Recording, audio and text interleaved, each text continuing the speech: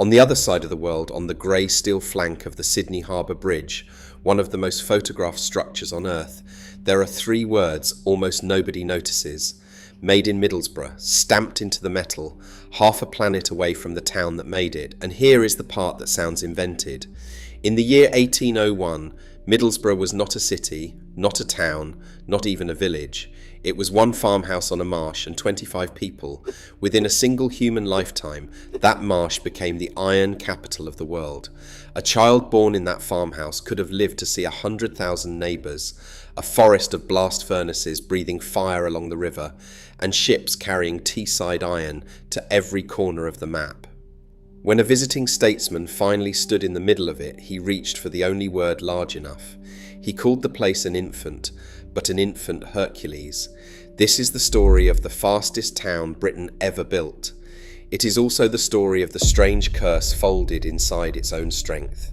Now, a title that promises the most impossible rise ever is a promise worth being honest about. Plenty of places have grown fast. The mining camps of the American West threw up cities in a season. What makes Middlesbrough different is not only the speed, but the beginning. It did not grow from an old market town or a fishing port or a cathedral city. It grew from almost nothing at all, from mud and reeds and a single farmstead. And it was not an accident. It was planned, summoned into existence on purpose to do a job. And that in the end is the whole tragedy of it. But before the furnaces, before the Hercules, before the name stamped on a bridge in Sydney, there was only the marsh and the river and the quiet. The land that would become Middlesbrough was a low, flat shelf on the south bank of the River Tease, in the old North Riding of Yorkshire. Tidal marsh, cut through with creeks, the kind of ground that is neither properly land nor properly water. There had been people here in scattered form for a very long time. The name itself, Middlesbrough, reaches back to Anglo-Saxon times, and there is a tradition of a monastic cell here tied to St Hilda, a lonely religious outpost between the great Christian houses of the north. But whatever had once stood on that ground had long since dwindled. By the beginning of the 19th century, it had come down to a farmhouse and a handful of souls working the wet fields by the water. And here is a quiet detail that will matter later. Just a few miles inland, in the village of Marton, in 1728, a farm labourer's son had been born who would grow up to sail further from this coast than almost anyone alive. His name was James Cook. The boy from the fields beside the Tees became the navigator who charted the eastern coast of Australia, who crossed and recrossed the Pacific, who mapped a world most Englishmen would never see. Remember him. A century before Middlesbrough sent its iron to the far side of the earth, this stretch of Yorkshire had already sent a boy there. The connection is an accident, but it is the kind of accident that makes you pause. For now, though, in the 1790s and the early 1800s, none of that greatness was visible. The marsh was just the marsh. 25 people in 1801, a little over 40 by the end of the 1820s. Nothing about it suggested a city. What changed everything was not born here at all. It arrived on rails from a few miles up the river, carried by an idea that was about to remake the entire world. That idea was the railway. In 1825, a little to the west, the Stockton and Darlington Railway opened for business. You have to understand what that meant. This was the world's first public railway to run on steam locomotives, the ancestor of every railway that came after it. On the 27th of September that year, an engine called Locomotion No. 1 hauled wagons of coal and a crowd of astonished passengers along 26 miles of track, from the collieries near Shildon, through Darlington, down to the River Tees at Stockton. The engineer was George Stephenson. The money and the vision behind it came in large part from a family of Quaker businessmen from Darlington, the Pease family, led by Edward Pease. The whole point of the line was coal. County Durham sat on top of enormous coalfields, and the difficulty had always been getting that coal to the sea, where ships could carry it south to London and beyond. The railway solved that. It ran the coal down to the river at Stockton, where it could be loaded onto boats. For a while that worked, but there was a problem waiting in the water. Stockton sat too far up the Tees. The river there was shallow and winding, awkward for the larger ships, and every ton of coal that had to be shuffled around the bends was a ton that cost time and money. Worse, A rival concern was setting up its own coal port downstream, on the north bank, at a place that would become Port Clarence. If the Stockton and Darlington men wanted to keep their advantage, they needed deeper water, further down the river, on the south side. They needed a new port, and to build a port, they first needed the land. This is where a single man changes the map. In 1828, Joseph Pease, Edward's son, a Quaker banker and a shareholder in the railway, sailed down the Tees looking for a site. He was searching for somewhere the water ran deep enough for real ships, somewhere below Stockton, somewhere he could build coal staiths and load the future straight onto the sea. What he found was the marsh, the lonely farmstead, the 25, now 40, souls in the reeds. He did not see a marsh, he saw a port that did not exist yet. In 1829, Joseph Pease and a small group of fellow Quaker businessmen bought the Middlesbrough farmstead and its estate, some 527 acres of wet Yorkshire ground, and formed the Middlesbrough Estate Company. Their plan was cold and clear. They would build a coal port on the Tees, and beside it they would build a town from scratch, laid out on paper to house the workers who would run it. They even had a name for the port at first. They called it Port Darlington. By 1830, the railway had been extended down to the new site, and the thing began astonishingly fast. The first house went up on West Street in the spring of 1830. The streets were laid out in a neat grid around a market square: North Street, South Street, East and West, Commercial Street, Cleveland Street, the tidy geometry of a town that had been designed rather than grown. And the ships came. In the early 1830s, the first cargoes of coal were loaded at Middlesbrough and carried out to sea. Think about what had just happened. A town had been willed into existence. Not around a castle, not around a harbour that fishermen had used for centuries, not around a monastery or a crossroads or a spring, around a business decision. Middlesbrough is often called the world's first railway town, and that is exactly what it was. A settlement whose entire reason to exist was to serve a machine. It was a tool from the very first brick. That is not a criticism. It is simply the truth of the place, and it is the thing that will echo quietly and terribly right through to the end of this story. For a few years, Middlesbrough was a modest coal port and not much more. A few thousand people. Busy, ambitious, but not yet extraordinary. The men who founded it had built a machine for moving other people's coal. What none of them fully understood yet was that the real treasure was not in the wagons rolling down from Durham. It was under the hills a few miles to the south, and it had been sitting there ignored the entire time. To find it, you needed two men who did not belong here at all. The first was Henry Bolkow. He had been born in Germany in 1806 and had come to England in his 20s, a merchant with money and ambition and no particular ties to the north.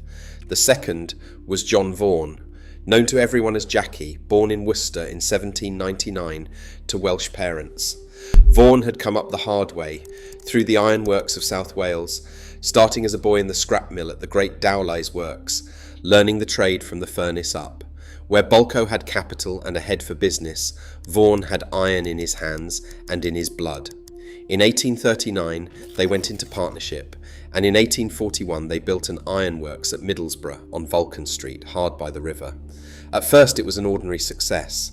They made iron by bringing in ironstone from elsewhere, from further down the coast, an expensive way to do it, hauling your raw material in from outside. Vaughan, though, had a suspicion. He knew there had been small, old workings of ironstone in the Cleveland Hills to the south. He suspected there was more of it, and closer, than anyone had bothered to prove. So on the 8th of June, in 1850, John Vaughan and his mining engineer, a man named John Marley, walked up into the Cleveland Hills around Eston to see for themselves. The story that has come down to us is almost too neat, of the two men climbing, spotting the telltale reddish stone, following it. What is not in doubt is what they found. A seam of Cleveland ironstone running through the hills, over 16 feet thick in the main bed, a wall of iron ore sitting almost on top of the ground, only a few miles from Bolkow and Vaughan's own furnaces on the Tees. They moved with a speed that still takes the breath away. Within 12 weeks they had signed agreements with the landowners, opened the first mine, built a tramway to carry the stone down, and delivered the first load, 7 tons of it, to their works. And once that seam was open, everything changed at once. The town had coal from Durham on one side, it had iron ore from Cleveland on the other, and it sat on a deep river with a purpose-built port in the middle. As one contemporary put it, there could hardly have been a more favourable place on earth to make iron. The numbers from the years that followed do not read like the growth of a town. They read like something chemical, a reaction running out of control. Pig iron production in Middlesbrough rose roughly tenfold between 1851 and 1856. Blast furnaces multiplied along the banks of the Tees, and around them multiplied the men to work them, and around the men the streets, the pubs, the chapels, the shops, the whole apparatus of a city arriving all at once. By the middle of the 1850s, there were around 30 blast furnaces in and about the town. Within another 20 years, there would be close to 100 along the Teesside, pouring out something in the order of 2 million tonnes of iron a year. Cleveland, this quiet corner of Yorkshire, was supplying something like a third of all the iron produced in Britain.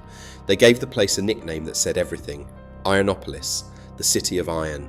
And then, in their tens of thousands, came the people. This is worth sitting with because it is the human engine of the whole story. A town that had held 25 people at the turn of the century held around 7,600 by 1851. By 1871 it was near 40,000. By the end of the century it was pushing 90,000 and climbing, and it would carry on past 100,000 in the years that followed. Irish families came, fleeing hunger and looking for wages, until Middlesbrough held one of the largest Irish-born populations of any town in England outside Liverpool. Welshmen came, and Scots and country people from all across the north, drawn to the furnaces the way iron filings are drawn to a magnet. Nobody's grandfather was from Middlesbrough, because 2 generations earlier there had been no Middlesbrough to be from. The men who owned it became lords of the new city.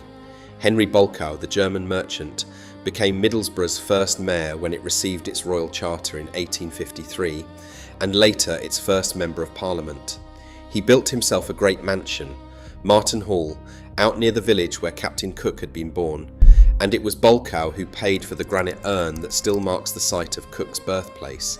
He gave the town Albert Park, opened by one of Queen Victoria's sons. Vaughan took his own grand house nearby. The Bell brothers raised their vast ironworks across the river. In a single generation, men who had arrived as outsiders had become the founding aristocracy of a city that had not existed when they were young. Which brings us to the visitor and to the phrase that has defined Middlesbrough ever since. In 1862, William Gladstone came to see it. He is remembered now as one of the towering prime ministers of the Victorian age, a man who would lead the country 4 separate times. But in 1862, he was not Prime Minister. He was Chancellor of the Exchequer, the man in charge of the nation's money, and it was in that role that he travelled to the Tees to look at the marvel everyone was talking about. He toured the works, moved through the smoke and the noise and the astonishing scale of it, and then he described what he had seen. This remarkable place, he said, the youngest child of England's enterprise, an infant, but an infant Hercules. It is the perfect image, and it is worth pausing on, because it contains more truth than Gladstone can have intended. Hercules, in the old stories, was a child of superhuman strength, said to have strangled serpents in his cradle. He was mighty from the very beginning. He never had an ordinary childhood.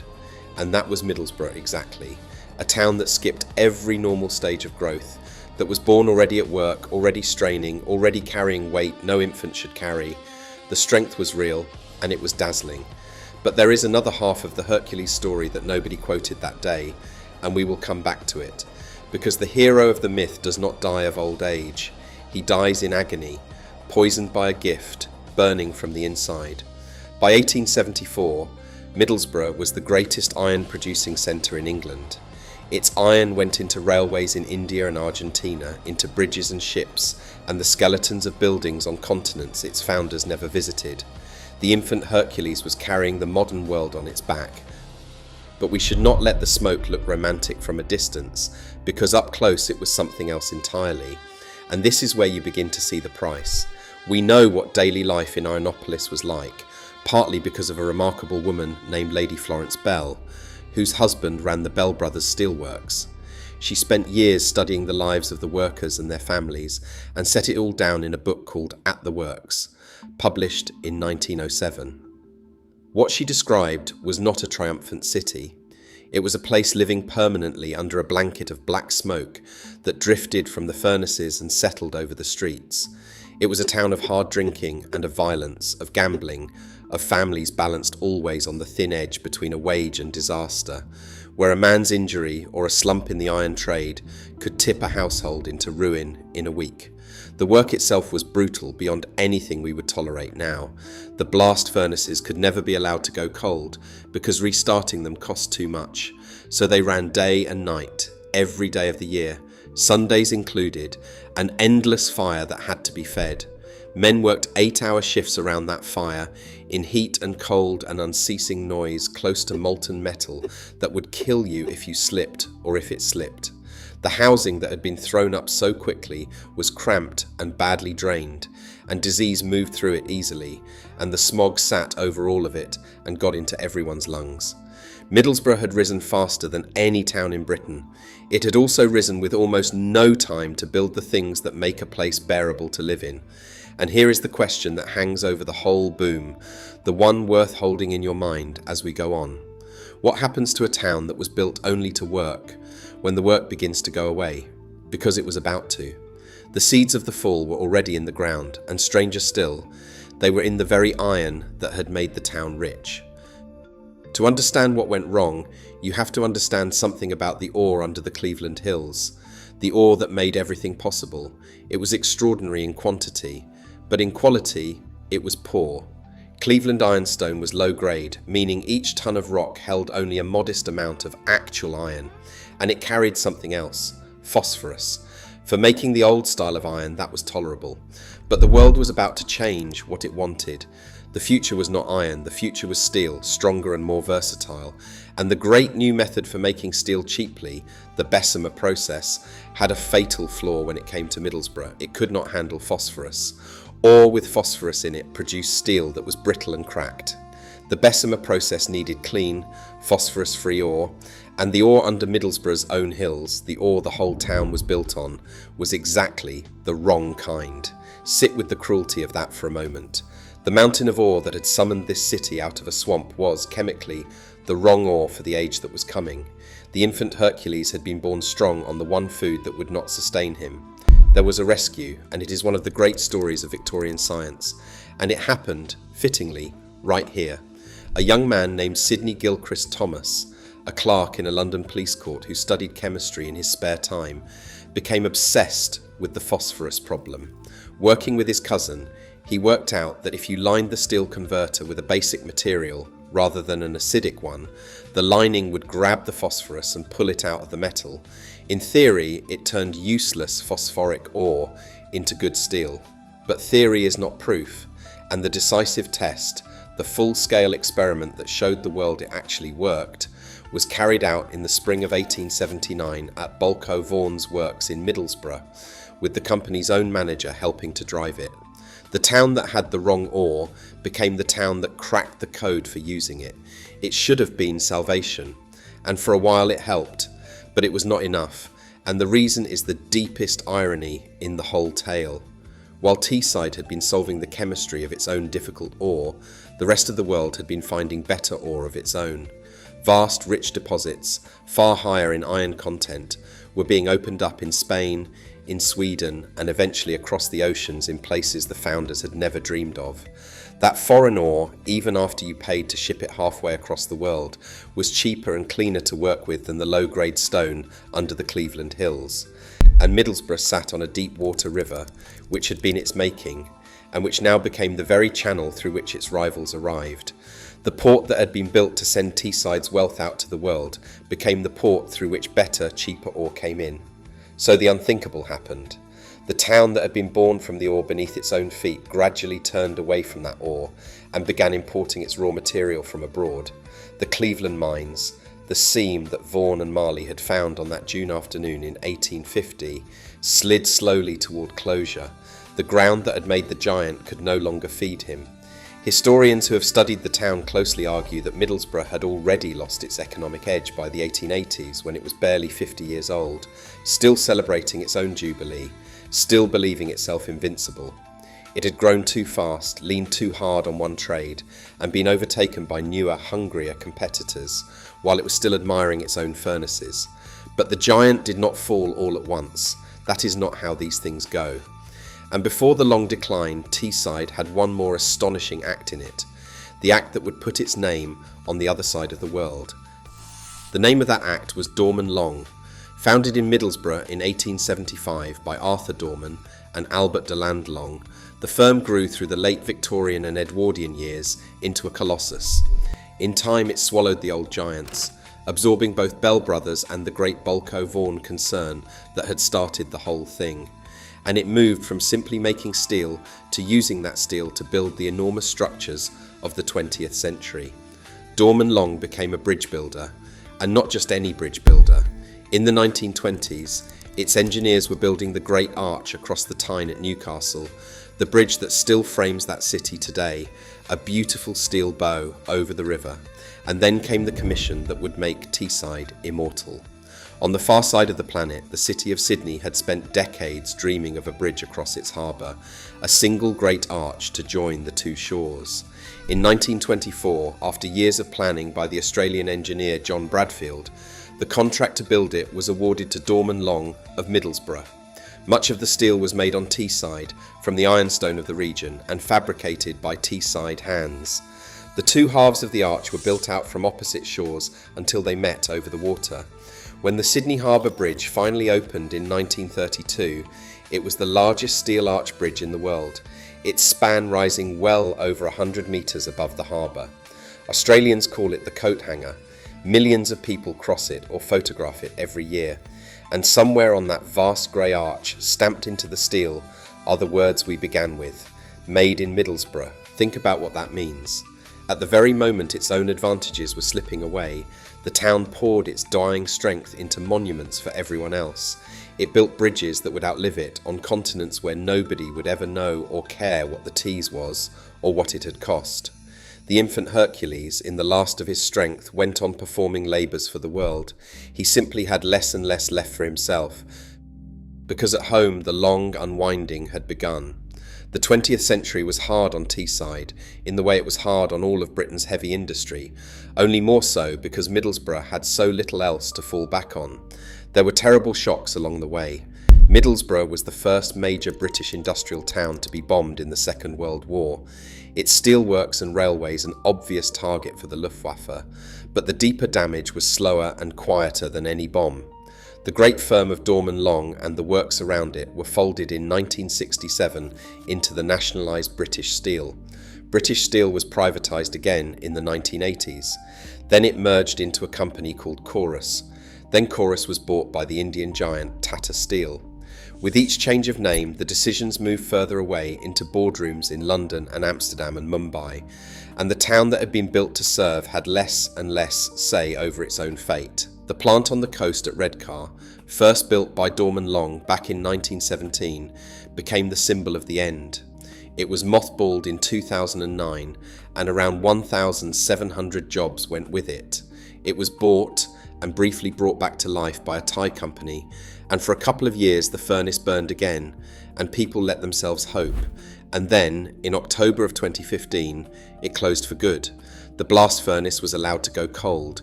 The fire that was never supposed to die finally died, and something in the order of 2,200 jobs vanished with it. When the last of the steel plant shut its doors, it ended around 170 years of iron and steel making on the Tees. One local politician called it industrial vandalism. A worker described the final days as a defiant, gut-wrenching roar, the sound of nearly 2 centuries of skill coming down to a few days of desperate fighting, and then silence. If you go to Teesside now, you can watch what a town does with the ruins of the thing that made it. For years, the great structures of the Redcar works still stood on the skyline, rusting, enormous, strangely beautiful. There was a fight over whether to keep them. Some people wanted the old blast furnace and the towers preserved, turned into a monument, a place to remember what had been done here. For a time, the campaigners even won a protective listing for one of the structures, the Dorman Long Tower, a great concrete bunker carrying that famous name in giant letters. But the listing was overturned, and in the autumn of 2021, the Dorman Long Tower was brought down in the dark by a series of controlled explosions, the name, made in Middlesbrough's own maker, blown into rubble in a matter of seconds. The following year, the Redcar blast furnace itself came down. The skyline that generations had grown up beneath was cleared away, to make room for a future that has not fully arrived yet. And so you are left with a strange inventory of what remains. You can walk out to Stuart Park and find the granite urn that Henry Bolko set up to mark the birthplace of Captain Cook, the boy from the marsh who sailed to Australia, standing near the museum that tells his story. You can look up at the Transporter Bridge, opened in 1911, that impossible blue crossing that carries a hanging platform back and forth over the Tees, still working, still one of the last of its kind anywhere in the world. You can visit the Dorman Museum with its green dome and the modern art gallery in the town centre, and find, tucked into a square, a statue of John Vaughan, the man who walked into the hills and found the iron. You can trace the tidy grid of the very first streets, laid out in 1830 on the marsh, still there under the modern town. But for the greatest monument of all, you have to leave. You have to travel to the other side of the world, to a harbour in Australia, and stand under a vast steel arch, full of tourists and trains and joggers, almost none of whom will ever look for the small stamped words on the metal, made in Middlesbrough. The proudest thing the town ever built stands 10,000 miles from home, admired every single day by people who will never see the place that made it, while back on the Tees the works that made it are levelled ground and the furnaces are cold.